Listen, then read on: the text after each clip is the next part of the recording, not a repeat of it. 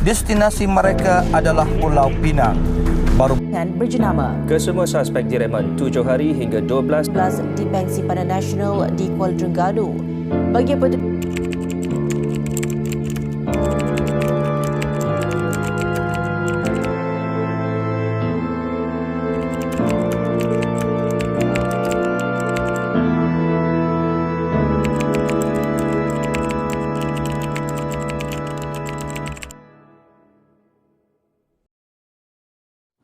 Hello.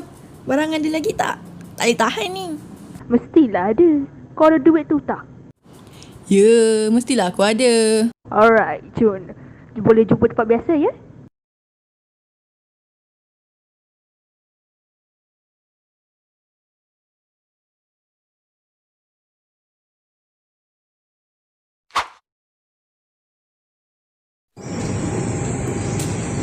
Dah lama tunggu? Dah. Tunggu je. Dah lama tak jumpa. Buat apa sekarang? Aku buat bisnes sekarang. Sama lah weh. Tapi tu lah. Aku macam payah lah nak bayar cukai. Kau macam mana? Alah, cukai ni tak payah bayar pun. Nanti aku boleh ajar kau cara macam mana tak nak elak cukai. Okey Ngam. Kau boleh ajar aku. Macam mana?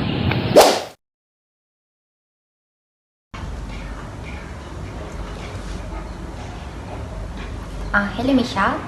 Saya rasa saya tak jadilah ikut korang pergi tengok wayang cerita baru tu kan. Tak apa, nanti saya tengok kat tempat lain. Tak apa, I have my ways. Okay, thank you. Bye-bye.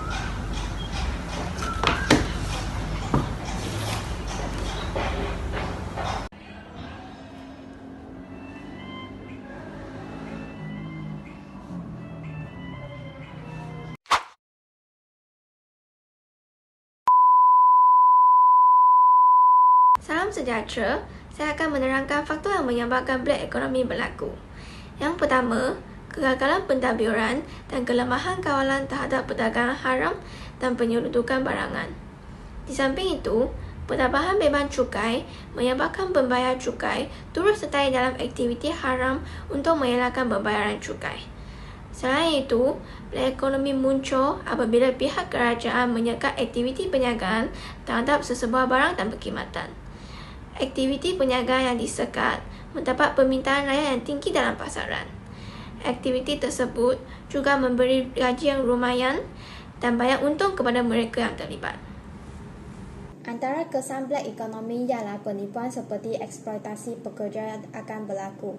Selain itu, black economy menyebabkan persaingan tidak sihat.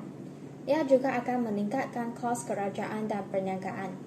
Sehubungan dengan itu, black economy menyokong aktiviti haram secara berleluasa.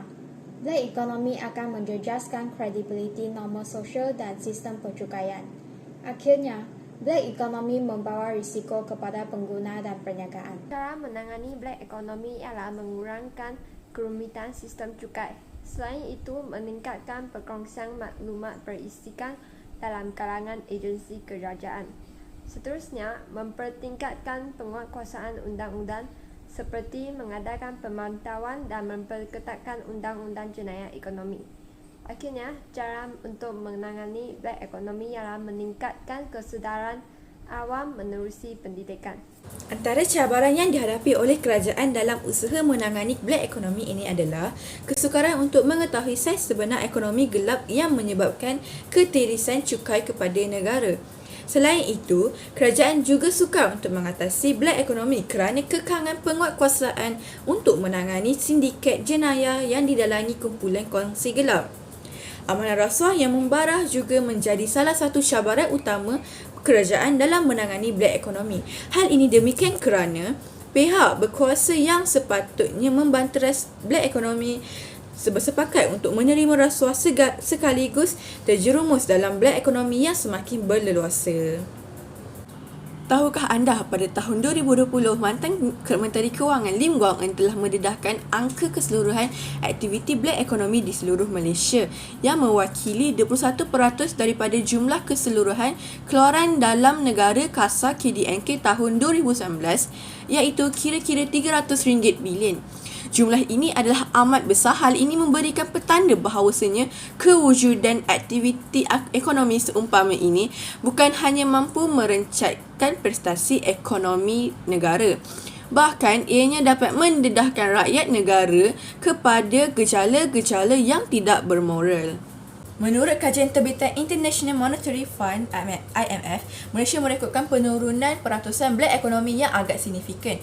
Malaysia mencatatkan penurunan lebih daripada 5%, iaitu daripada 37.5% pada tahun 1991 kepada 31.1% pada tahun 2000. Peratusan itu terus menunjukkan trend penurunan, iaitu pada kadar 30.2% bagi tahun kewangan 2010 dan menurun kepada 26.1% pada tahun 2015. Seterusnya 21% pada tahun 2019. Walau bagaimanapun, secara purata, saiz aktiviti ekonomi gelap di Malaysia sepanjang tahun 1991 sehingga 2015 adalah sebanyak 31.5%. Peratusan ini adalah jauh mengatasi purata ekonomi gelap negara-negara lain dalam tempoh yang sama. Contoh khasnya Singapura iaitu 11.9%, Vietnam 18.7% dan Indonesia 24.1%.